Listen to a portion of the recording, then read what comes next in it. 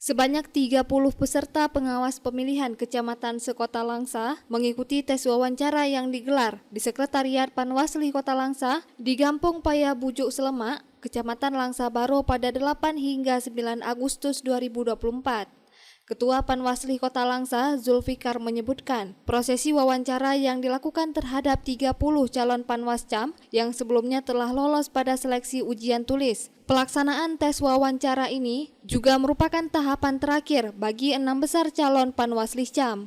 Dari Panwasli Kota Langsa melakukan sesi wawancara untuk calon anggota Panwasli Cam Kecamatan.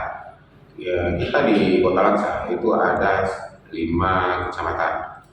Nah, di masing-masing kecamatan itu 6 peserta yang akan kita wawancarai. Jumlah peserta dari 5 kecamatan itu berjumlah 30 peserta.